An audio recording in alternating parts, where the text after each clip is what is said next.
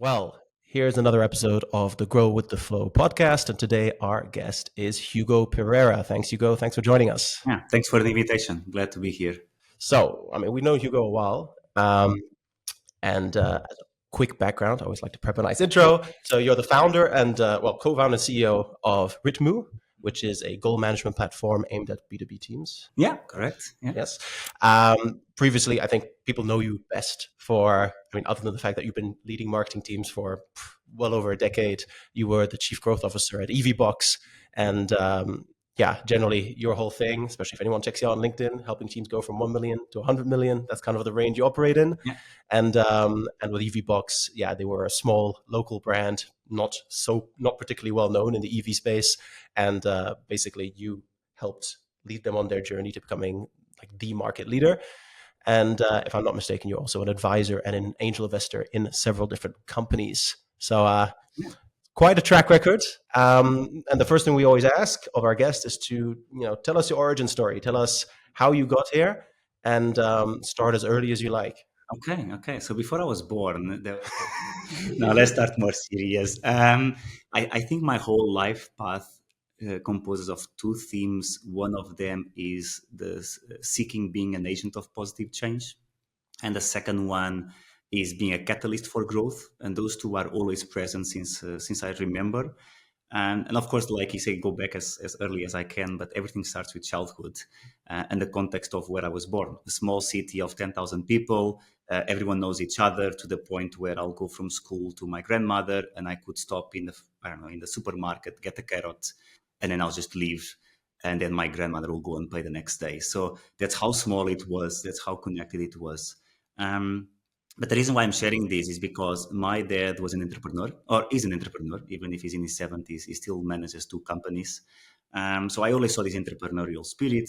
And my mom is a social worker, which means that I have this people side from my mom's side, and I have this ambition and entrepreneurial spirit from my dad. So that combination is probably what brought me here today, why there is a passion for teams, and at the same time where there is a passion to just see growth, momentum, being the difference that my dad was mostly building these small local companies, and I just wanted a higher ambition. But yeah, I think there was a couple of jumps that make a difference for me. The first one is moving to Lisbon, which is a capital in Portugal. I'm explaining this, I don't know why, it should be obvious, but nonetheless. And that for me was a big jump. Doesn't seem like a big one, but I was the first one of my city to go to a capital, or to my family. And yeah, just seeing, for example, a metro for me was quite new. Yeah, oh, there's a metro here. What the hell? How does it work? So for me, that was quite an experience, and I still recall vividly like the first day at school, so many people, and I felt like odd. But I also felt this is a chance to reinvent myself, and that was the moment that I decided, okay, I have a chance to make an impact here. Fun fact, actually, initially signed up to be an aerospace engineer. I have an engineering mindset, but somehow the business administration school was more exciting from many different angles, including the lifestyle and the parties. Not the greatest choice of career based on that, looking back. But yeah, I chose to choose a career in business administration. I found Isaac, which is a large youth-run organization, and it actually set the foundation for leadership development. So I feel lucky and privileged that I started my career with leadership development at its core. Everything about people fundamentals, leading people, multicultural teams, a global mindset, it all started there. So I feel really grateful for that. And people don't know about this, but the organization at local level is volunteers, but at global level is a professional organization that runs 20, 30 million revenue a year. Wow. So at my early 20s, I actually was managing bigger budgets than I ever managed for the startups I had afterwards, even in the first 5 years of EVBox almost. So I think that changed my whole dynamic. So very early stage, I saw what growth meant. I saw what impact was driven by. And I say, okay, I want just to experience this from peak to peak. So I know I hit the peak too early in my life. So I cannot set my foundation here. Otherwise, I'll always be frustrated. I have to use this as a stepping stone for what's next. that was the reason why I went to India. Also, people don't know, but I actually spent quite some months in India doing volunteering work just to see if I could stay humble, because I was seeing that my ego was like a little bit off the charts, or at least that's what my wife was telling me, and like she knows better than me. So that's why I went to India. I wanted to be very grounded. I had to make some money, so I worked with marketing agency, and that's how I got connected to marketing, and it was a storytelling agency. So yeah, leadership development, very much on people. And then the first job, actual, let's say, professional paid job, was a storytelling brand agency. So I get the storytelling angle, and I see how powerful storytelling can be. It's also very reflective for a young Yeah. age to really think about, let's go to India and stay humble. Yeah, A yeah. lot of people don't, especially young, ambitious people, sometimes also guys more than girls, but especially the ambitious part, the younger generation. Yeah. That's not really common that people are that reflective. You said you had it from your mother. Have you always been a little bit reflective like that, or? Well, I believe my mom embedded that in me, because sometimes, like the I say the quality time with my mom was her giving me Sophie's World. Sophie's World, is that the name of the book? Yeah, Yes. and then Oh, having to it's do the best summaries book. of it and debriefs. So the concept of debriefing started very early on. It's a And philosophy book. It's it's a a great philosophy book. book. So, Yeah. so it's still one of my favorite books of all time. So having that conversation with my mom, like, always grounded me a bit. At the same time, then I had the ambition of my dad, and they still are in conflict. Yeah, it's not easy to navigate. And to be honest, the only reason I can navigate is if I have a good circle around me. So in this case, my partner, my wife, or my friends, they are the ones that hold me accountable. Otherwise, I know that I might just be blind to my own pitfalls or shortcomings. And with that organization, it's a little bit hard to explain, but the best way to explain is when I traveled to China as the president of Isaac International, I had a line of 300 people want to take pictures with me. I just couldn't understand that level of concept. So I said, this is not normal. As such, I really need to have a ground check here. Otherwise, this is not going to work out. And I had a good set of alumni and coaches that said, hey, you're going to go out of the bubble, and out of the bubble, frustration comes along, and the world operates in a different way. So that's why I was like, okay, I have to figure out something that gets me off the, I don't know, off the behavior that maybe I am building. Yeah, hence India and working with children, because I felt children don't care less about what the hell you did before. They just care, can you play with them? Can you have fun? We didn't even speak the same language, but Doesn't matter. it was fine. I teach them football. That was my biggest takeaway. Um, yeah, and I think from there started my professional career. I always wanted to work with startups more because of higher ownership, more freedom, and potential higher impact. That at least was my perception. I think it's still valid today. If you want to have a faster learning curve, a startup world tends to have that opportunity more than a corporate. But back in 2012, that was not necessarily the cool thing to do. Going to a startup was not. No one will be like, yes, that's a great advice. Everyone's like, no, start with a corporate, go to McKinsey or a consulting, and then switch to a startup. So I already felt that that was not a common path, especially in Belgium, which was not the most entrepreneurial ecosystem in Europe. So I felt, okay, this might be a bit of a challenge, but I think it gave me the resilience because, like low amounts of funding, you have to immediately operate in 3 languages: Dutch, French, and English, sometimes German. So I felt I had to like be creative off the shelf. And I worked with a B2B startup that was doing decision making for enterprises. Was terrible. Didn't work out. It was probably a really bad first experience. But it was good to have a first really bad experience because it sets the foundation for boundaries on everything I do not want to experience. And it can only go up. It can only go up from here. Yes. Nice. And I had a semi-successful experience with Talent Square. Was an HR tech firm. Oh, Ferdinand, you'll know well because you were at Recruitee. So Talent Square was sort of a competitor, despite it was very much in the Belgian market. So I actually really like to build from the ground up, to see customers coming in, to do demos, to do the whole inbound marketing engine. So I really, really enjoy do product loops, do product feedback. All my learning on product came from there because I was actually head of product at the startup, and marketing was like a side gig. So I had to do managing the developers as a product owner. I had to do customer interviews. So very odd for a marketeer, but it gave me so much knowledge about how product is run, even if with all the mistakes that came along the way. Yeah, and then in that sell process of Talent Square that we sold afterwards to a different group, I met the chairman and CEO of EVBox, and then I joined EVBox, and that was notably that what I can call the hyper growth journey that I Maybe truly we need to enjoyed. explain what EVBox Well, I'm is. going to have some Yeah, questions on EVBox Yeah, okay. anyways. And yeah, then that's I'll a leave good it. one. Yeah, But yes, do explain what it is. But I will follow up with some questions on that because that obviously was a yeah. crazy So journey. well, I was in B2B SaaS for a while, and to be honest, I was a little bit tired of just software. I was ready to sell anything I could see in front of me. I think if IKEA will have come in that moment, I'll have applied to IKEA. I just wanted to see something physical. And EVBox was charging stations for electric cars, which, to be honest, at the time was really odd. There was no electric cars on the road, and I was like, "Oh my god, what am I getting myself into?" But Tesla was coming out. There was some momentum. I was reading a lot of reports to be sure that I was not entering in some weird industry. Um, and I was like not really compelled by the product, to be honest. I was like, this seems like a really boring product, but if I can market a boring product, this would be amazing. That was like my whole thought process. And for once, there was actually good financials. It was acquired by a private equity firm, and there was a foundation. They already had 5-6 million revenue. So I was like, okay, I'm also don't want to hustle from the 0 to 1. I want to have a little bit of budget to operate with.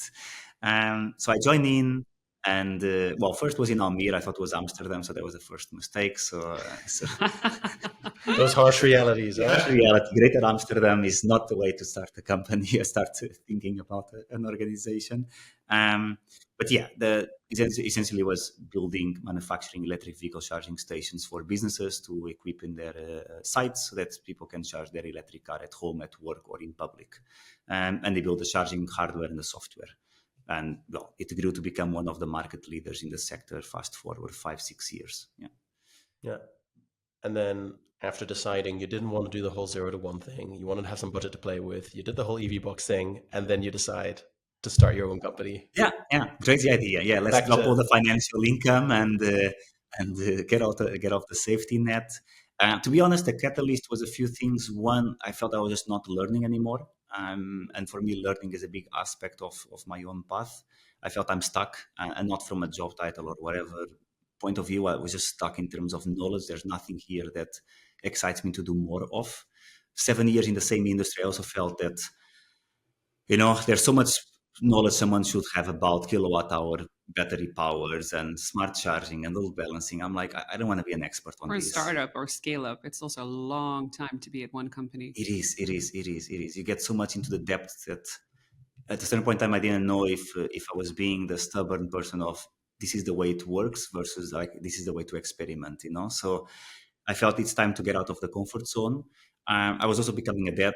And for me, that combination was scary but perfect because I was like, okay, I can step out, gain flexibility, spend 6 months or 1 year with my daughter without any work, and then go back and figure out what I want to do with my life.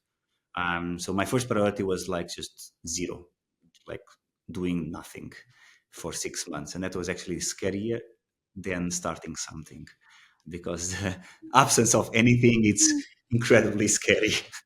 Yep. For someone who is used to do something. So it taught a lot about myself, and it got me ready to try to build something as a SaaS founder / fractional executive. Yeah. And we'll get into that in a bit. I think really interesting to see these parallels. We talk to different people who've been in marketing lead roles, and I see a lot of parallels with myself. I see a lot of parallels with Jolene. I mean, that whole, father coming from the business and then mother coming from, in your case, a nurse. A lot of similarities there. I also went to volunteer in India, although it was much less to keep my ego in check and more just to go to India and eat some curry. And also volunteered though, and also, I remember one of the things I always noticed. You were in HR tech, and then you moved to kind of physical products. And I had a similar journey with HR tech at Recruity, and then going to more physical products at 3D Hubs. And starting a company after. And then starting a company.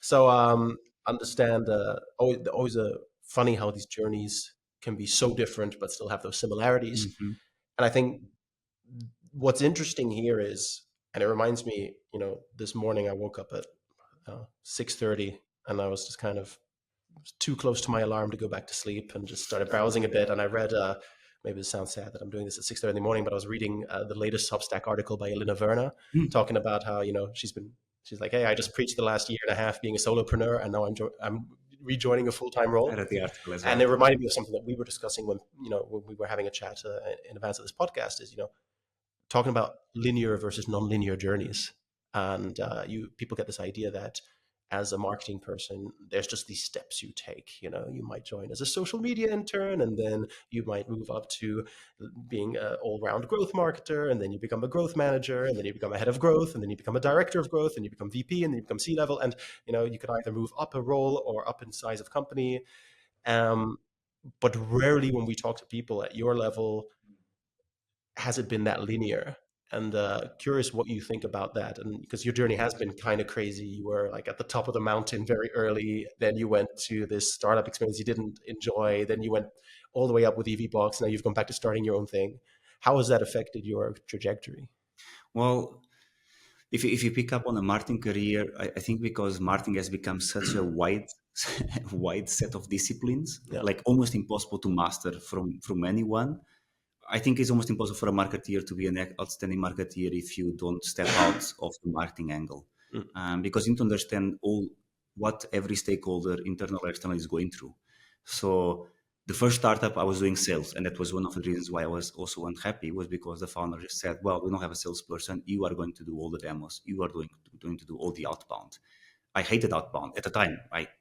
Over time, I started enjoying a bit, but spending 6 months cold calling, trying to convert, trying to play with marketing to get more leads for myself. But I was doing all of it. But having that sales hustling was critical to know, oh, man, the BDR life is, to be honest, like it's crap. At least for me. I know some people love it, but I'm like, damn, this is tough. Yeah. This is tough to convince someone to call out of nowhere, to try to convince to have the right space of mind to be like, hey, do you want to listen to the story I want to sell you to? I found that was really tough. So I a lot of respect for people that follow a sales career, that they have the eagerness and the courage to keep following that, and the energy to continue. So that was the first part. Then having product angle on Talent Square, which means like seeing how to navigate developers, understanding the codes, understanding why they have so many challenges, saying, oh, it's going to take 2 weeks. And then some CEO says, oh, no, do it in 2 days, as if like the plane will fly faster, So I started respecting, okay, this is how the developers work. This is what code means. I did like courses on Python to understand HTML, CSS, just to understand what they go through. And then going back to marketing felt more at ease, because like, okay, if I understand product and what I have to go through, if I understand sales, then I can actually bridge that. And that's why when the whole growth officer create the momentum, I felt I have now a tagline I can associate with, because it's marketing, product, and sales coming together. Or nowadays might be more, but I start to understand, okay, this is how a growth function can work for the specifics of the company I was at, because growth is different wherever you go. But yeah, so that non-linear path, I think it just helps you become just in general a better professional, and you can just pick wherever that skill set is applied to. But it's funnier. I just find that unless you have a real passion, if you have like full-on passion in, I don't know, finance, and you want to be the best accountant in the world, maybe follow a trajectory of accounting or. I think even for accounting, you can say, like, I've worked with a lot of accountants that have no idea what marketing does. So I would have loved to have an accountant that have actually been in my world and understand why I'm giving so much money to brand. It's interesting. I think again, one of those other similarities. I also had the title Chief Growth Officer, and everyone was like, "What the fuck does that even mean?" And it really felt like my role in that was connecting these different departments together, bridging those gaps. We had this. Everyone had this joke that at Recruity we would say everything is growth, just because we as a team were involved in everything, and it became almost like a backhanded compliment, like, oh, everything is growth. When I left, we had T-shirts printed with everything is growth, just because we just touched upon everything. We didn't own everything, but we just kind of tried to bridge these gaps. You see that as kind of a crucial function in growth, that you need to be bridging those gaps, because some people see it as, okay, it's its own department and it should do its own thing, and of course it interacts with other departments like everybody. Or do you think that growth is fundamental part of that is connecting those dots? I think it's all about connecting the dots. And some people say finding the growth levers, connecting the dots. There's different angles to it. I found I was at my best, especially at EVBox, because that's where the growth was most at its best. In the other ones, it was too small to figure out that it was like a growth department. You are doing everything with 10, 15 people, to be honest. But at EVBox, I felt it was at the best when the regional sales directors were coming to me and saying, I'm thinking of going after this market and this segment. What do you think about that? Can you elaborate on the pain points, on the customer journey, on the potential addressable market and our point of view, and figure out if this really makes sense or not? Which means they respected enough the department to be like, before I try to make my own mind, let me ask them what's the best route to market. That's when I felt that growth was at its best, because they knew that we know what you're talking about. We have the data, we have the insights, and we have the proof track record to show that we know what we're doing, or at least that if we don't know what we're doing, we're also honest to say, you know what, we just massively failed. And that happened a few times actually, but they respected that we had a process in place. So for me, that's when I felt it was at the best. Also to the fact that we were engaged in all the product strategy, despite having zero hardware knowledge. I had zero hardware knowledge, and I was in user experience recordings on how to use a charging station with the hardware engineers. I had zero knowledge about engineering, and I was still making comments like as if I was knowledgeable. That's a good thing of growth. Still being a marketer. As a marketer, I think the card should be a bit higher up, like as if I knew that, but there's a criteria to be this from the soil. Oh, yeah, sure. Nice. So I think that's a combination, like connecting the dots and just, being the reference point for, you want to go to this segment, you want to grow, you want to figure out a growth lever. Can you help us out if this is the right way? Or if there is, how can we experiment and test to see if this is really a scalable channel? And then asking that before they do themselves, I think that was for me the proof point. Yeah. And if you look at your journey at EVBox, because you went from not known brand to market leader to all the stages of growth, hyper growth, figuring out different teams, like what were your experiences? Are there any like war stories you can share, or like things that went well and things that didn't went well? Like it's of course a challenge, especially with a product that you said was might not so sexy or hard to sell in a space that was just emerging. Yeah. I think one of the things that we did really well was not going with the assumptions that this is how growth happens or how marketing is done just because of past experience. I think that's one of the fallacies that happens a lot, which is, this playbook worked here, hence I'm going to apply this playbook there. And one of the best examples was, at the time, there was a lot of momentum around pricing. Pricing has to be transparent, pricing has to be upfront. So I was like, the experts in this field are all saying pricing is transparent. So one of the first big projects I did at EVBox was all pricing is going to be transparent. Upon moment of the launch, in the next following weeks and months, our leads and conversion dropped by half. Like, was just going downhill. I was getting CEOs, like sales directors, saying, what's happening? All our sales are going down. There's no leads are dropping. We're losing to competitors. And I'm like, I don't get it. The pricing is transparent. People can just buy it. So then I start doing research. And then I just realized that people were checking the website for the price, going to the competitor was checking the price, offering cheaper, they go with the competitor. That was it. It was simple as that. They were just like, it's 800 euros, competitor is 600 euros. Doesn't matter if it's Apple with Apple. It's just cheaper, 200 euros. So let's just go with that one. So then I realized, crap, the market is too immature. You need to tell a story first. You need to understand why the price is the price and why there is a gap to the competitors and why you cannot compare both at this moment in time. So they actually need to talk to the sales team. And because it was still a technical product, the sales team actually had to be technical sales, which means they were quite experienced. And the first conversations were all about the customer, unconsciously, because you have to ask about the car. Which car do you have? What house do you have? What household? What business? How does it work? So it's all questions about validation for the customer, because they need to know that to validate the product that they need. So I cut the whole process just because of like, hey, pricing needs transparency. Let's just do it. Let's just follow what the crowd is saying. It's the principles. Yeah. So then I just realized, okay, I have to be really careful because it's a new market, it's immature. So I have to figure out through my own research and not just rely on playbooks. So that's something that didn't went well, but he set because I failed right at the beginning. He set the foundation for everything that came afterwards. And for example, building on partner-led sales was something that no one was doing, and I felt it was really successful. So rather than doing direct, we said, no, let's just talk to all the electricians in the Netherlands and just make sure they just love our product and they're just going to refer to everyone else. So suddenly we had 800 people workforce of sales. No one had that because they were just trained by us. They just loved us. They had merchandise and gear from EVBox. So we just built a sales engine without having to hire any salesperson. So that was all built from the marketing angle. So that's why people were like, wow, this was great. Marketing built up this whole use case, The whole community, a actually. whole community of electricians that no one was caring for. And no one was giving credit to them. Why? Why would you go to electricians? They are not, why would you go after that channel? But I just saw that was a channel that's incredibly passionate about the field. So those things I really love those times. Yeah, war times will be the IPO time, which was terrible, but that's a different story, I guess. Yeah, I was. It's interesting because you actually already answered the question I was going to ask, which is, we talk to companies all the time, and sometimes companies are coming to us and they're saying, look, things seem to be working, but we feel there's a lot of efficiency loss. We just don't have the processes in place, and that's fine.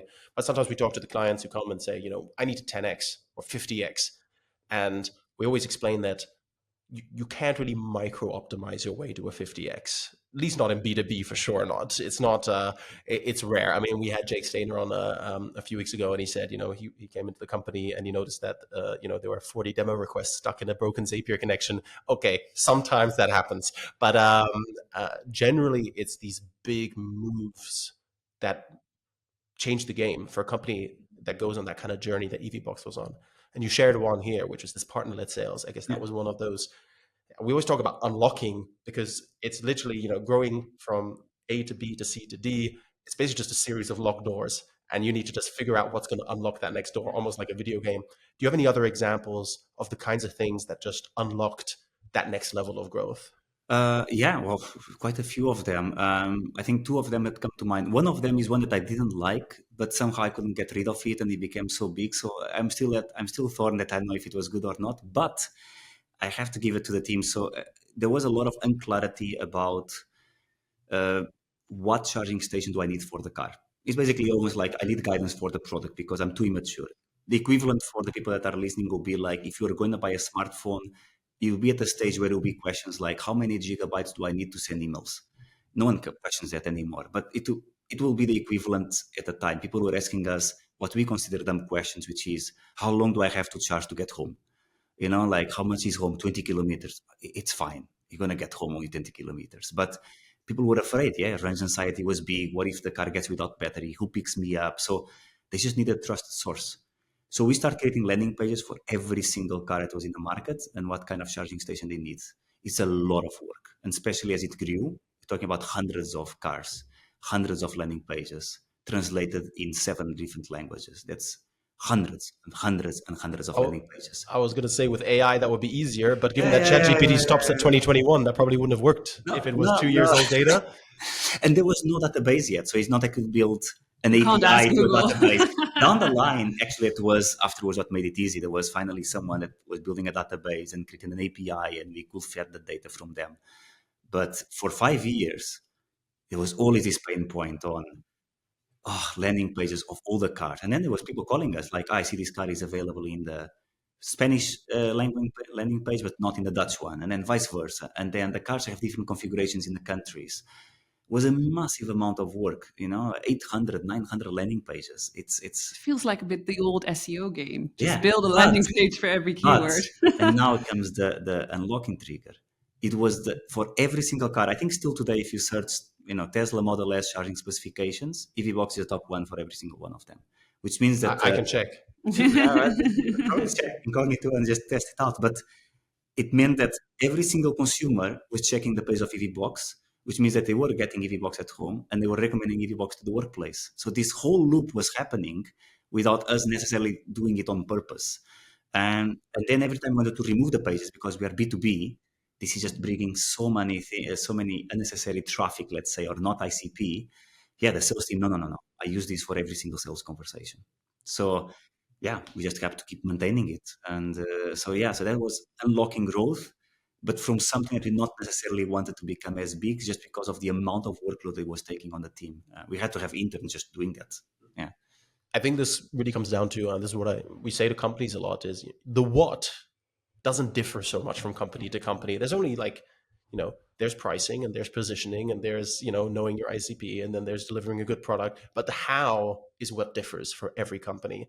I think this is a really good example of that, educating the market, creating value for the user, the how is something that has to be super tailored to the use case. And I think these kind of ideas, they can be game changing for companies. Yeah. And then the other one I really love was the fact that we just didn't compromise on brand building versus demand generation. The team was always having this conversation, and I was always like saying, no, we're going to do not either or, we're going to do both. I don't care how, but we're going to do both. And it was tough. At times they were saying like, we just don't have more bandwidth, mental or not. And I had to figure out ways to keep the team healthy and in check, because no one wants to have a team that is burned out. But I just didn't want to compromise on both. And and the reason why was because an immature market that is growing, what I thought about is like an immediate scale-ups. Everyone goes from quarter to quarter. I was just thinking about 3 years down the line, 5 years down the line. I was thinking 3 years down the line, 5 years down the line, all the hard work happens the same thing. Price commoditizes, competition gets fierce, new entry to market. What differentiates? Because people are not going to be able to differentiate on capacity. No one chooses an Apple or a Samsung because one has more 10 gigabytes or a better camera. Maybe it's for some people, but ultimately it's a brand game, a lifestyle game. So I thought the same thing. 5 years down the line, people are going to pick EVBox because it's EVBox. There's no logical reasoning behind. So brand building has to start from the get-go. It's the equity you build. Yeah, build equity now because it's going to pay off later. Because someone will build better products than us because they're going to learn from our mistakes. They're going to build better software than us, but they will not be able to replace our customer relationship. And that can only happen if the brand is strong. Yeah. You touched a little bit upon like taking care of your team and focusing on a team. I know we spoke a lot in the past about being a manager, being a leader, taking care of your people. Also, that's what led you into building your own company. But can you tell a little bit more about like what are your principles when you're managing a team, like, or being a leader to a team? Yeah. Great question. Probably a lot of principles. Let's say the 3 most important come to mind is a trustworthy environment, and that there's a lot of things in it. Some people call it psychological safety, but for me, the space, the environment is just the foundation for everything. There has to be trust to voice up, to say no, to be upset, to be frustrated, to say that you are feeling bad. So I think this psychological trust environment is just the absolute foundation. Nothing can work without it, at least in my view. Second one, I just cannot compromise on clarity of purpose. I always double down on clarity. Why we're doing what you're doing, how we're going to get there, and what exactly is the ownership of everyone here.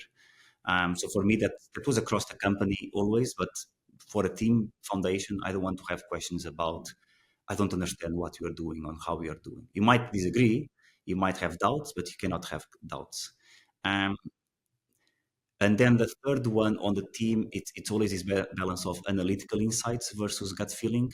And for me, I'm like, do not go full on. It's like a balance between trusting your instinct versus combining it with data, but not just relying on data and not just relying on gut feeling, but have a bit of both, which led always to, I want the team to keep running experiments, but I also want to make big bets that you don't really can justify it. So that was the interesting things that the team really enjoyed when it was working with me. Is that I want everyone to suggest and make big bets, even if you don't have any data to back those big bets.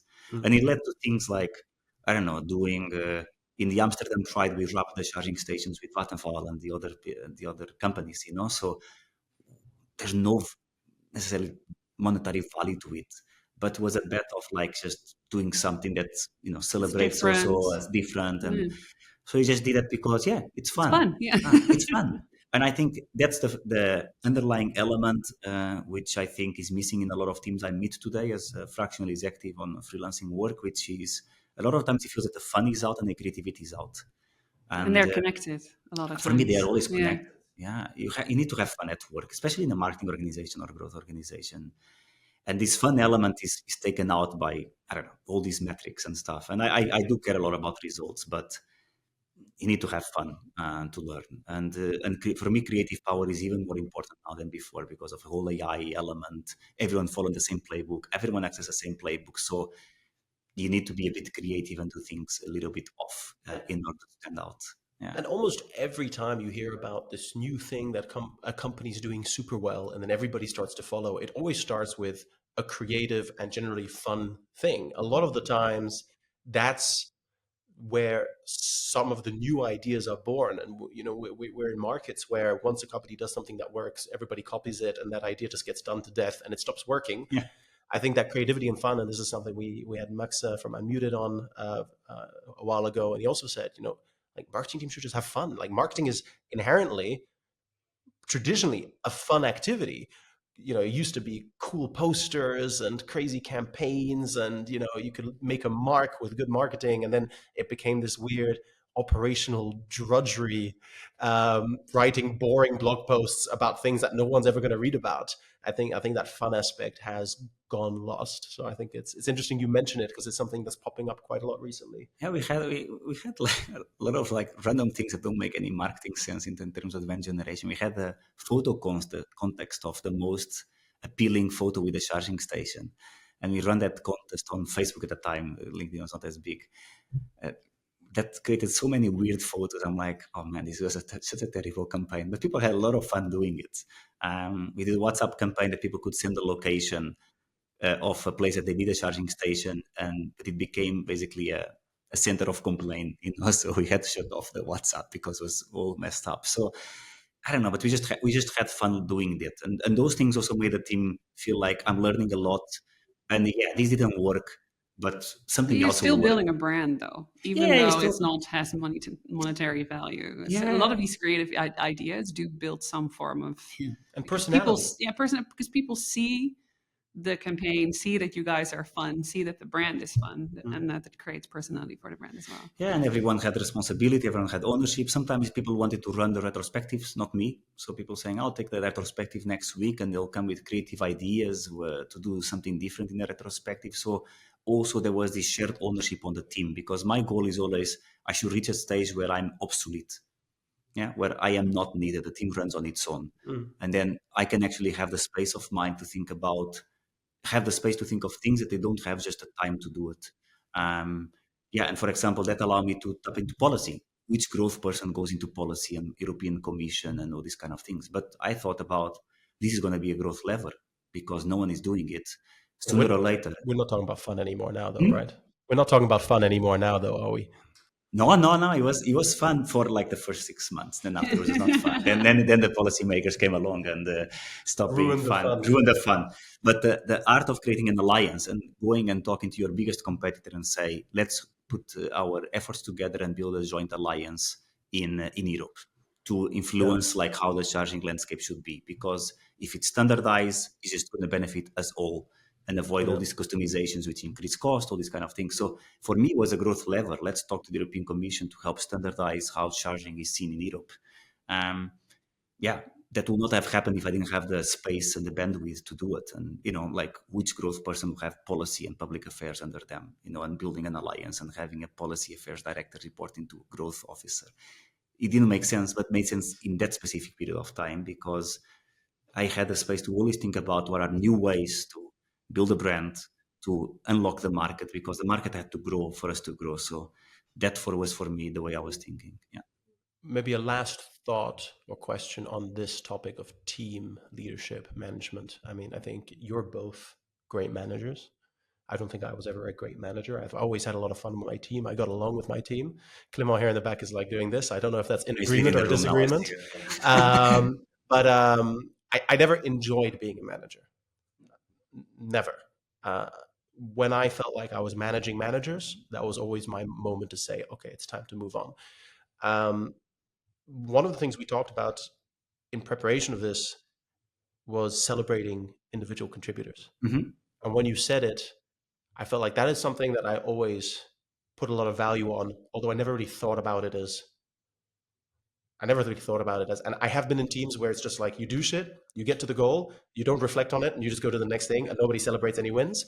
But I'm a big fan of celebrating the wins. But I love the way you put it. So tell me more about that, the celebrating the individual contributors in teams. Yeah, so it comes with the concept that the highest performer, one of the highest performers, the natural succession is to become a team leader. And that's just a false fallacy. I don't know if it's the right wording. Here. Yeah. So true. The path is not always becoming a team leader. And what most managers miss to do is that you need to have the conversation with the person to explain, do you want to become a team leader and a people manager? And this is what it means. versus you want to be an individual contributor, and this is what it means to you. I had those conversations with the first team leaders of my team because I wanted to give them the choice of also coming back. If you want to become a people manager and try it out and you want to head back, we'll make that happen. So that you can feel safe that after 6 months, 1 year, I'm like, oh crap, I really don't like this. And now what? Now I'm stuck with the team and can I just go back to the team and have someone hiring me? It's so weird for everyone else. So I want to give them the trust to say, this is not weird. It's fine. You are in a safe space. It's also a completely different role. I know we spoke so much about this in the past, but being a manager requires such different skill sets than being an individual contributor. And I think the problem lies with that companies value managers or leaders more than they do individual contributors. And they pay them more. And they pay them more. Well, so it's like... I'm not shy away from saying this. My highest paid team member was an individual contributor. Yeah. And he tried to manage a team for a while and just didn't work. He was not having fun. The team was not having fun. Conflicts were arising, not on purpose, because they all recognized it. He was trying to do his best, but it was just not in his nature. But he was a phenomenal individual contributor and stakeholder manager. He was critical. He knew more about product than anyone else in the company. He knew the customers better than anyone else. That's fine. Let's hire someone to take the lead on the team, and you're going to become transversal to the team, like a number 10 on a football game. You're just like a playmaker. And that's it. Your role is going to be a playmaker. You are a coach to the team. You are the source of truth for X, and you just guide through it. And that's perfectly fine. So he actually stepped back from a team leader role, but he didn't got financially compromised. He kept the reputation within the organization. But it was just very uncommon. And I find that that's the first paradigm to break. You don't have to be a people manager at all times. But organizations also have to recognize that. And I think that's where it's a mix. I don't think there are a lot of good managers in general that see that, right? That they follow that general path of like, oh, I need to become a manager because that's part of my career path. And then a lot of times the company just makes the most experienced individual contributor the manager, but most often they're not the right person because they're such an good individual contributor because they're good at those skills and not being a manager. You see this in sales a lot, where just you have one salesperson that just kills it, rakes in the deals like nobody else, and then they get turned into a sales manager.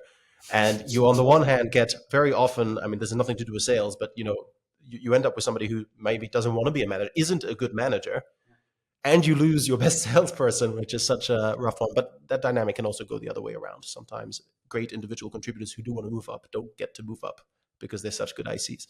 Yeah, that's more of a problem in sales than it is in marketing. And it's a bit of a tough balance. But it changes. Yeah, you cannot be a people manager and think that this is about winning. It's about creating winners. So your whole mindset changes. It's about like, how can I build my team and level them up? And that is a complete shift on mindset. But it's also the expectations are ridiculous. Yeah, you have C-level people that just expect it. Okay, you're going to now become a team leader. There's no support, there's no coaching, there's no budget, there's no element to help you out. But I wanted to do 360 feedbacks. I wanted to have individual conversations with your team. I want to understand how to build cadences. I wanted to understand how to build a plan and co-create workshops with them, despite that you've never done that in your life. And we're not going to replace you. We're not going to hire somebody else to take over your other job. And at times, you're going to get paid the same salary, but with more responsibility still. So it's ridiculous. I was doing workshops with my team in my home, and just because I was like, I'm not going to wait for HR, I'm going to do my own workshops. Yeah. And also that's another thing. You just expect at large organizations that HR takes the lead. And I'm like, no, if you are a team leader, you are responsible for your team. That's point blank. Yeah. Yeah. And you took all this and you've channeled this into starting your own company. Yeah. This is a clunky transition, but I'm going to make it anyway. One of the things, and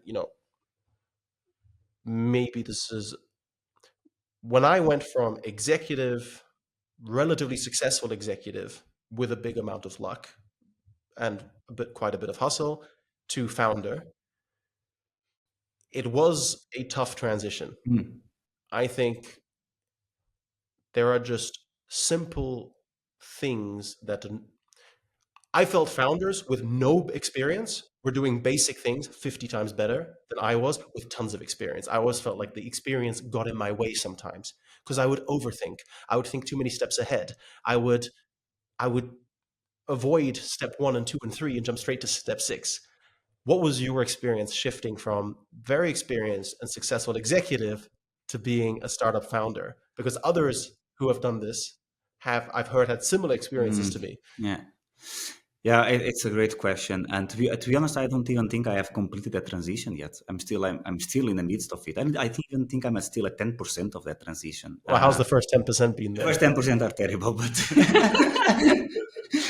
I think the difference for seasonal executives is that you can picture exactly how the company should look like in 5 years' time, but you don't have a clue how to move it the next 3 months.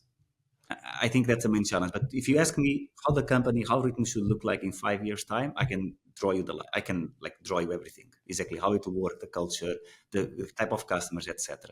Ask me 2 weeks down the line how it works, and I'm like, I don't even know if I can launch the product in 2 weeks. I'm just figuring out if you have everything in place and the bugs are removed, and Yeah. so that is, I think that's one of the interesting balances, which is you had so much experience going from one plus, but the 0 to 1 is really tough, and the reason why is tough is because it's how critical is what you're trying to solve, and it's just really challenging to find that answer. I find it really hard.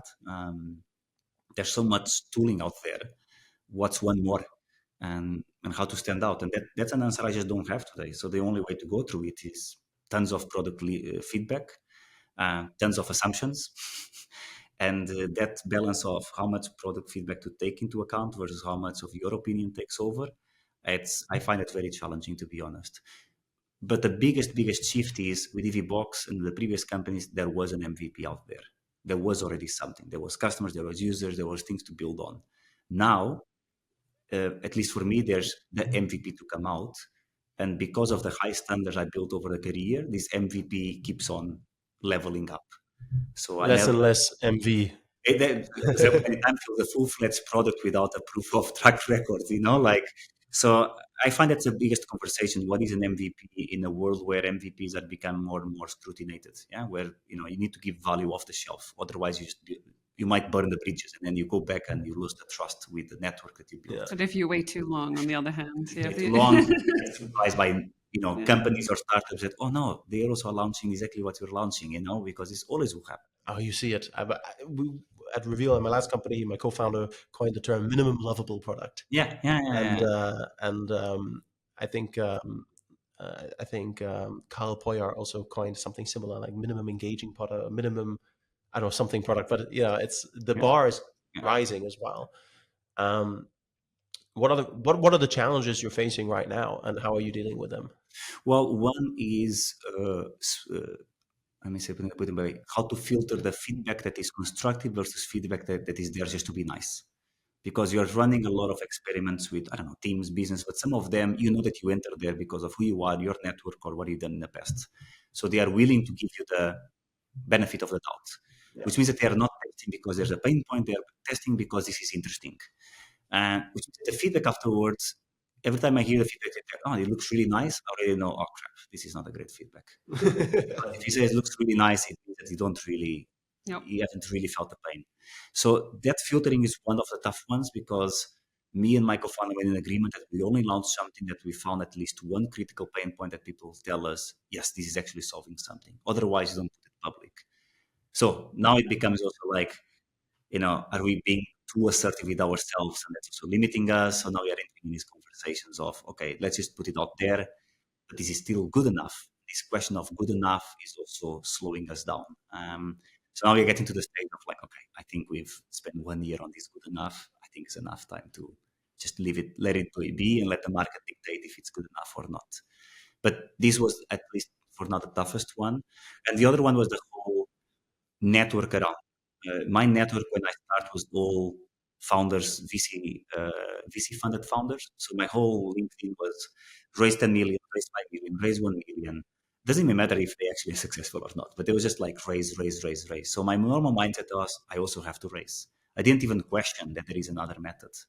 And then when I started raising process, I realized, well, the terms are crap. We're going to be out of money in 6 months or 1 year. I have to raise again. I have to build traction. I don't even know if I have product market fit. So I'm going to spend money without really knowing where to spend. And everyone says spend other people's monies.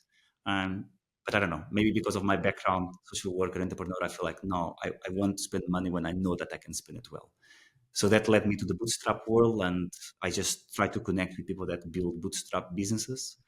And I realized I have to accept that this 6 months fast growth overnight is not going to happen. This will be a 5-10 year journey, and I have to be at peace with it. And that took me 1 year to be at peace with it. And especially, you touched upon bootstrapped and choosing that route next to being a fractional leader, because if anybody follows you on LinkedIn, they see a lot of content around that as well. So what made that? Of course, you need to earn some money, but how do you find? Because a lot of people say, if you build a startup, you need to do it full time, right? You can't split your focus, right? And that's also what a lot of VCs are saying. It's like, what is your experience between one building a company on one hand, but also being a fractional leader? Yeah, well, I would reckon that I would say yes, be full-time building a startup for the best chances of success. And yet I'm not following that advice. And so it's contradicting. But one, yes, there's a financial component. But at the same time, I am also testing the software with my fractional work. Yeah? So I'm having a life example of, can it really work out? And I use for my own way of managing goals on the teams. And I see there's an element to it, but at the same time, when I start using regularly on the one-on-ones, on the weeklies with the team, I say, this is not yet cutting a needle. So we have to do something different. So I'm having in real-time feedback of being a user of my own software. That's and being great. So I'm also taking advantage of it. But yes, it's not easy. And along with raising a daughter, along with being alone in a different country without parental support, I'm not going to say it's a route I would recommend to a lot of people. If you can be full-time, either through, I don't know, VC funded is still an option, or bootstrap through your own money or through some elements, it is better for higher chance of success. But if you do not have that path, do not stick to, there's no other path. And I think for me, this is the path I'm choosing. And I'm going to make it work until I don't make it work. And that's it. And then if I have to make a choice one day, I'll make a choice. But for now, I'm going to stick to be both, not either or. And taking the benefit of it. And hopefully, Ritmoo grows when we launch over the summer and I see a lot of traction and fractional goes away. Or it doesn't pull off and we try for 1 more year and we pivot into something else or drop it and fractional takes over, and that's also fine. Yeah, and I think there's lots of examples of people who started their companies on the side of full-time jobs. There's examples of people who spun off companies from agencies. Yeah. There are examples of people. I think the fractional thing actually might be one of the best solutions. The reality is that most people don't have the luxury to get that kind of fractional work. Yeah. I think with your experience and the stuff you've achieved, you can get relatively well-paid, very unique, very flexible fractional work. Yeah.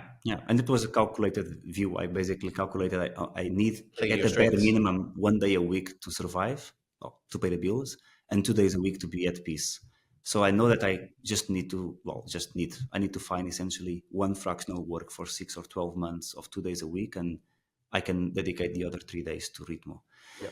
It's not ideal, but it's better than no dedication at all. And maybe it is ideal. I mean, who knows where you're going to end up? Who knows? Yeah. So maybe the long-term growth of a company and actually taking the time. Hey, you also mentioned you've pivoted a couple of times. Yeah. That I don't think it's bad to take more time to figure out what the problem is you're actually solving than being pushed by a VC into, you raised money on this idea, so I don't care. You're going to follow this idea. And again, it goes back to at the beginning. I'm driven by growth and a positive impact. So I just don't want to build yet another software. And also either makes a difference or doesn't make. And if it doesn't make a difference, especially in HR, because it requires a change of behavior. And also with the fact that I just don't believe HR should own goals. I think it's just like the first problem that companies face is that HR tries to own goals, and goals is not the same as performance reviews. It's just completely different angles. So already tapping into a different mindset means already of a lot of education. People might not be willing to change behaviors. So there's a lot of things that are, how is it called? Headwinds or tailwinds? Tailwinds make you go faster. Yeah, no, headwinds. The other one. But it's fine. I like a good challenge, and I prefer to pick a saturated market and try to shake it. Then, I just like more of those things. I just like the challenge, and at least the worst case scenario, I learn a lot, and I move to whatever comes next. Also, I always see I still have 40 years of career in front of me, probably. So I still have a lot of time, and I plan to live until 120. So so Time, Well, yeah, plenty of it's time. how it works. our generation is not going to get to retire anyway. So, No, that's fine. well, it sounds awesome. I want to say best of luck. Thanks. We have now a series of questions we ask all our guests, because our plan is one day to cross-reference all those answers. And I think Jolene will take the lead here. Yes. On our fixed questions. Yeah, cool. So first one, what is the most controversial opinion you have with regards to your the space or marketing or this world? Controversial. I always find tough this one. Controversial opinion, because I don't know if it's or a way of working that is controversial. Well, I don't know if it's controversial or not, but I have a hard time understanding why there is such a movement around account-based marketing. I don't know, like it's one of those. That's what I'm saying. I don't know if it's controversial or not, because I see so many content around account-based marketing, and I have a really hard time understand why is it a discipline on its own. Even now there is like ABM one-to-one, one-to-few, one-to-many, and I'm like, okay, when you get to one-to-many, why is that ABM at all? We are just doing normal marketing. It's just marketing. It's just marketing. Yeah, it's just demand. And I don't know, if I try to explain to my dad ABM, I think he'll be like, what are you talking about?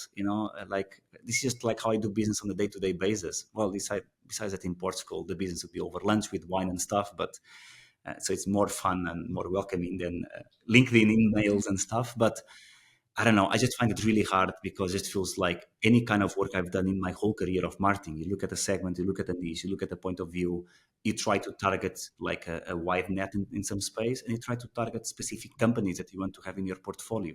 That's all it is. The difference is that, there's a lot of more technology and tactics to get those targeted accounts, and you can make a plan to it. But to be honest, I don't know how any other SME in the past did not do that to try to get to an ABM. It's a great way to package something towards a client. That's great for that.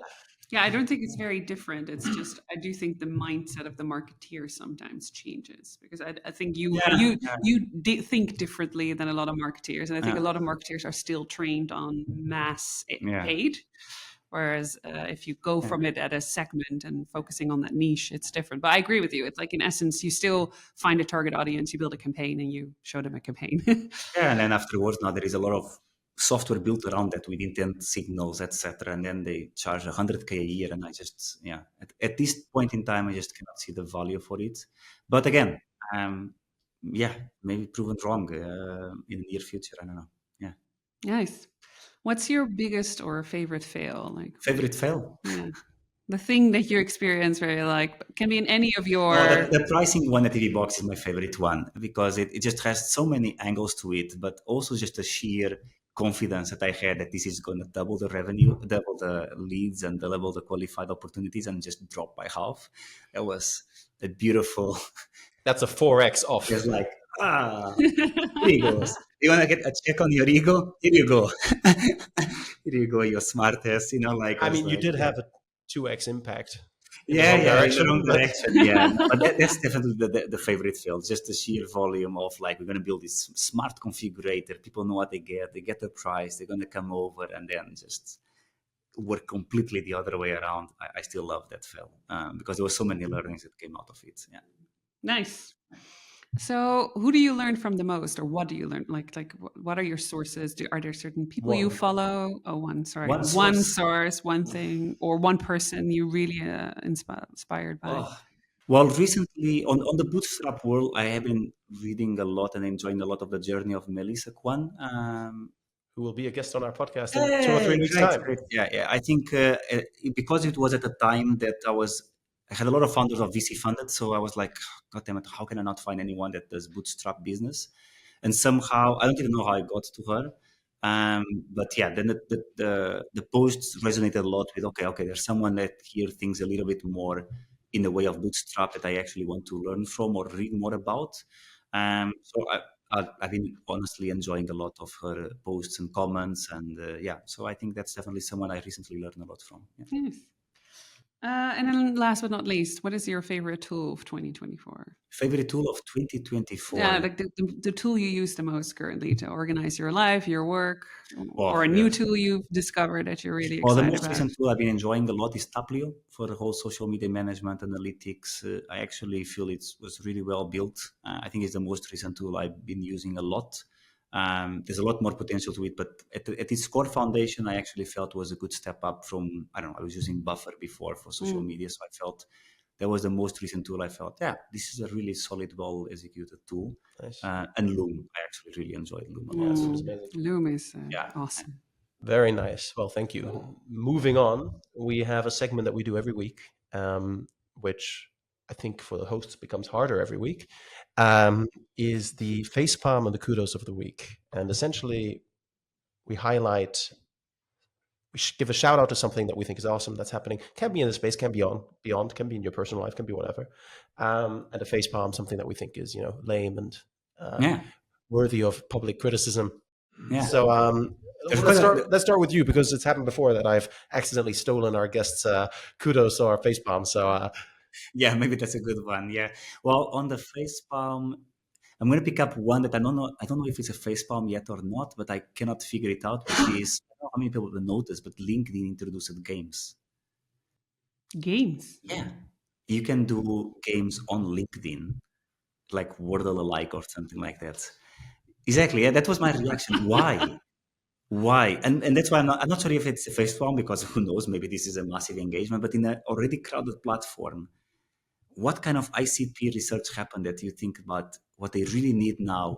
It's games on LinkedIn. I don't know. Maybe I'm missing something. Sometimes you get surprised, but for now, I just cannot understand the logic behind. Maybe to be explained, but I just cannot figure it out. Why games on LinkedIn? and your kudos. Kudos. Oh, I was thinking a lot about the kudos. I couldn't figure out something, but recently I've been having a lot of conversations about community-based marketing, and everyone wants to build a community. And I've been telling, I think it's really hard fit to build a community around the product and the industry. So my kudos is for people that are really able to build a community. I think a lot of marketeers are taking responsibility on building communities, and it's an incredibly hard thing to build. So the two that come to mind is, yeah, locally in Amsterdam, Erika and Niley, I think is the name. They built something called D2 Collective, which is like tech for good, or like people passionate about technology. They just hit 4,000 members, but it's mostly about, well, they start from the ground up a few years ago, building a community, resilient, and yeah, props to them that they are striving for that. And okay, close to the marketing world, Dave Gerhardt with Exit 5 and a whole B2B community, Yeah. betting on that for so many years in a row. And I heard they sold their first on-site event in less than 24 hours. There goes my kudo. Yeah, that was your kudo. Yeah, I think that's, yeah, I think it's more like not so much the event in 24 hours, but the resilience to stay In solo and building a it was sold community. out. 8 hours. Wow. Yeah, and just building that community over years and years and years and years of keeping the angle. Yeah, it's a lot of resilience. So kudos to that. Nice. For the community stuff, book I'd recommend, especially if you're in the bootstrapping space, is The Embedded Entrepreneur by Arvid Kahl. Comes from the indie hacker community, but very product oriented. And his whole idea is you build a community first and you build a product together with that community. Very good book, Embedded Entrepreneur, highly recommended. Would you like to go next? Or do you need a second to rally on that kudo? No. So for me, my facepalm of the week was actually a post that I saw about Asana. I normally love Asana. It's, for me, I'm a very big project manager, so for me, Asana is a great tool. But they had this ad that was localized in Dutch, but you saw that it was directly translated from English to Dutch, because the word that they used, I can't remember the exact sentence, but the word that they used meant something different in English than it does in Dutch, which for me was very painful for a company that big that has the opportunity and the team to actually localize their content, which we all know is extremely important because it needs to resonate. You just saw it was created through AI. And I was like, oh, guys, come on, you could do better. So that was for me. I don't know the exact word anymore, but it was such a massive facepalm for me. For me, kudo actually is, so I've always been a big a Miro user, but we started using Whimsical as a company, and we really, really, really enjoy it. I didn't expect it because I was kind of stuck in my habit of using Miro. But it's a very easy tool to build out frameworks. Well, anything almost you can do with Miro, but it's I've been whimsical since day yeah. one. You have been Whimsical since day one. I But never was used Miro unless the client used it, although I respect them hugely as a company. yeah. No, Yeah, I think Miro is amazing, but like there can be more players in the space, and for Whimsical. me, like I really enjoy using it, especially also for wireframes. It's an amazing tool. So that's. Yes. Then over to me. My kudo for the week is my former employer, Growth Tribe, was named the #1 edtech company in the Netherlands and #5 in Europe. Huge respect there. Doesn't need much more said. And my facepalm, one of the biggest facepalms we've had on the show, is the news that Slack automatically requires you to actively opt out your workspace data being used in their AI training models, which means that everything you're putting on your workspace, all your private information, all the private conversations, the private data of your company, your goals, your tactics, your strategies, Slack is absorbing it, pumping it into their training model without your consent, without your permission. You need to actively opt out, which I don't expect to be an easy process. And they say they've put in guardrails to prevent your unique and your private data from being spat out. We've seen that fail several times before. And I think that is just the biggest facepalm. To be honest, it's rare that a company does something where I go, oh, if we didn't have all our clients on Slack, I would ditch it today and move over to Campfire. Yeah. I'm still considering it just out of principle. And that's for me the biggest facepalm. And as a company that And I've to, generally respected. You've had also so many personal conversations, like the amount of personal conversations I had one-on-one with people in my team. I'm like, It's a sacred thing. Like Yeah. people are sharing personal things on Slack. I've had people go like, oh, let's move this to WhatsApp because I'm scared Yeah. somebody's reading. As a company that holds so much unique information, Yeah. even if practically not much can go wrong, which I think is still questionable, you need to treat that as sacred. I agree. And the fact that they don't, maybe it's the Salesforce policy shining through, I don't know, but following the acquisition, but I think that is the biggest facepalm. Yeah. Well, and the fact that to opt out, you have to send an email to feedback@slack.com. All right. I'm conscious of time. Yeah. It's always such a pleasure talking to you, Hugo. That also translates into us going into the weeds. Next thing we want to do is we always like to pull up, usually a LinkedIn post, social post in general, but we're all on LinkedIn, and have our guests briefly explain that. And the one we've chosen is this one here of you with your child talking about how sabbaticals are not holidays. Yeah. Tell us about that. Yeah, so that was a trigger conversation that I was having with someone that was keen on doing a sabbatical. At the time, the concept was all, he was saying, yeah, I need some time off. I'm like, well, in my view, a sabbatical isn't just time off. Use a sabbatical for something, that comes stronger out of it. That was the whole concept. For me, the sabbatical had like a real different goals, which is I'm going to take time off EVBox to unlearn things that maybe I have embedded in me. So I need to use this time to really reflect. So for me, it was a reflective process. Of course, having a daughter and a baby makes it you immediately are in a completely different dynamics. But I also did Alt MBA. I did this Alt MBA course online just to get some different perspectives. I think I read the most books in my life in that period of time just to get new angles. I connected with different people. I was just really trying to absorb as much things as I couldn't do in a normal day-to-day job. So for me, the sabbatical was I need to get in the right space for whatever comes next, and just learn to do nothing, because I was just in hyper mode for over a decade. You're not really doing nothing if I hear what you did. Yeah, that's also a good point there. Yeah, I was always doing something. But Doing for what I was doing, for me, there was no goal. Yeah, in terms of It was like one of those exploration. One of those relaxing MBAs. Yeah.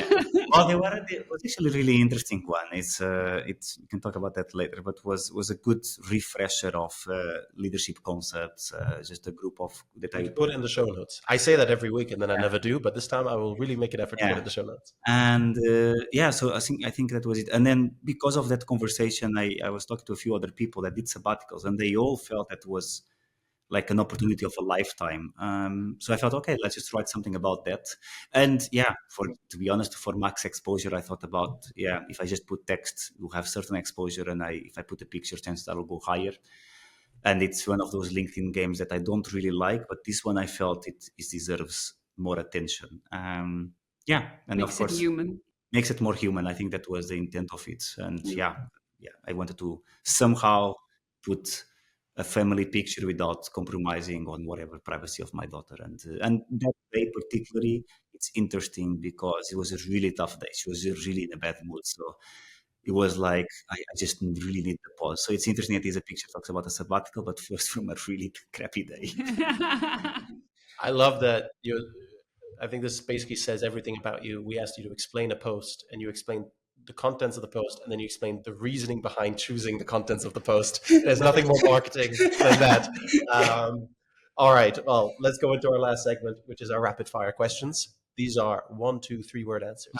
1, 2, 3 word. Okay. Oh, it can be No, rapid fire. Rapid fire. Lisbon or Amsterdam? Lisbon. Agency or consultant? The difference. Agency. Yeah. What's the most fun? 0 to 1 mil ARR, 1 to 10, 10 to 50, or 50 to 100? Ooh, 1 to 10. Do you rather manage a small or a large team? Small. Bootstrapped or funded? Bootstrap. Co-founder or solo founder? Co-founder. Yeah. One book you recommend? One book? Book. The Hard Things About the Hard Things by Ben Horowitz. Yeah. Great book. What's the most important thing when creating your company? What is the most important? The why. Start with why. Yeah. Another great book. Biggest accomplishment of this year? Oh, wow. Damn it. I was not expecting that one. Biggest accomplishment of this year of 2024. Can also be last year if that's easier. So far, yeah, sticking to my path of like fractional plus SaaS founder. Yeah. And the last one advice to starting entrepreneurs. Be clear about the hidden reasons why you're doing it. I need to explain that. Yeah? Yeah. Like there's like this concept that there is conscious and unconscious choices. Yeah. I normally say be clear that are you starting a company because of financial reasons, purpose reasons, passion reasons, but you need to have that clear because that dictates the choices you make afterwards. So be just honest with yourself why you're starting it. And if it's also because of external validation, just make it clear to yourself that this is because of external validation. And that's okay. And that's okay, as long as you keep that in check. Yeah. Nice. Thanks a lot for joining us. Thanks for having me. This makes me realize we probably need a follow-up, dive in deeper some of these topics. Yeah, I want a manager one. I just want to have a conversation about being managers. That's Clement can sub in for me on that one. Awesome. Hugo, thank you so much. Is there anything you want to share with the audience? Is the plug time? Yeah. Yes, go for it. Plug away. About teams, I am actually writing a book on how teamwork is being transformed with all these concepts of individual contributor, like building trust. So I'm halfway there, and by the end of the summer, I hope to be done and launching in September the book. So yeah, sign up for the waiting list. So you're a fractional leader, a startup founder, and you decided to write a book and have a kid and do an MBA. Let's just leave that part of managing balance and energy for another conversation. How many hours a night do you sleep? No, I still do my 7-8 hours. That's sacred. Yeah. And weekends? Weekends, when my daughter naps in lunch, I also do the same to recover from the week. Nice, amazing. That's the biggest plug. And then we're launching Ritmoo in the next following weeks. We're going to be at the next web, but over the summer, if you're into goal management, just take a look. Like everybody, you need to be into goal management, so check it out. That's ritmoo.io, ritmoo.io, correct? Oh, wow, beautiful. Thank you. There you go. All right. Well, thanks, Hugo. Thanks. Thank you.